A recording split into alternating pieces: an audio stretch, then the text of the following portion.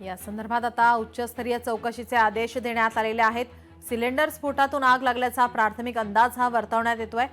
तर मृतांच्या नातेवाईकांना केंद्राकडून 2 लाखांची मदत जाहीर करण्यात आली आहे।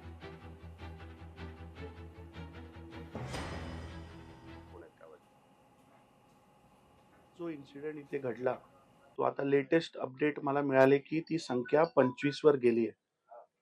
जवळपास 4 त्याच्यात टुरिस्ट आयडेंटिफाईड आहेत। 14 म्हणे कामगार जे काम करत होते आणि 7 कदाचित अनआयडेंटिफाईड बॉडीज आहे। ती संख्या वाढणार की कमी होणार, वाढणार की नाही ते अजून वी डोंट नो, बट आजच्या क्षणाला या क्षणाला 25 लोकांचा जीव गेलाय। This is the saddest and black day in the history of Goa tourism. Goa हे एक पर्यटन स्थळ मानलं जातं। देशभरातली लोक गोव्यात येणं हे त्यांना वाटतं की आपण कुठे वेस्टर्न कंट्रीला गेलो काय, असं एक गोव्याचं स्थान आहे। प्रत्येक देशाचा नागरिक गोवा म्हटलं की तो गोव्याला यायचं बघतो। पण हा जो इन्सिडेंट झालाय मला वाटतं की दिस इज अ प्लॅन्ड मर्डर।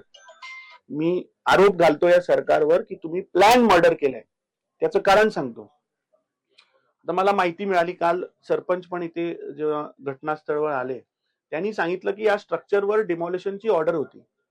ती म्हणे ह्या ओनरनी जे हे बाहेरनी लोक आले त्यांनी मंत्री काय मुख्यमंत्री काय कोण अधिकारी त्यांना खिशात ठेवून हे स्टे आणलं आणि हे इलिगली चालवतात। या क्लबला फायरचं काही परमिशन नाहीये।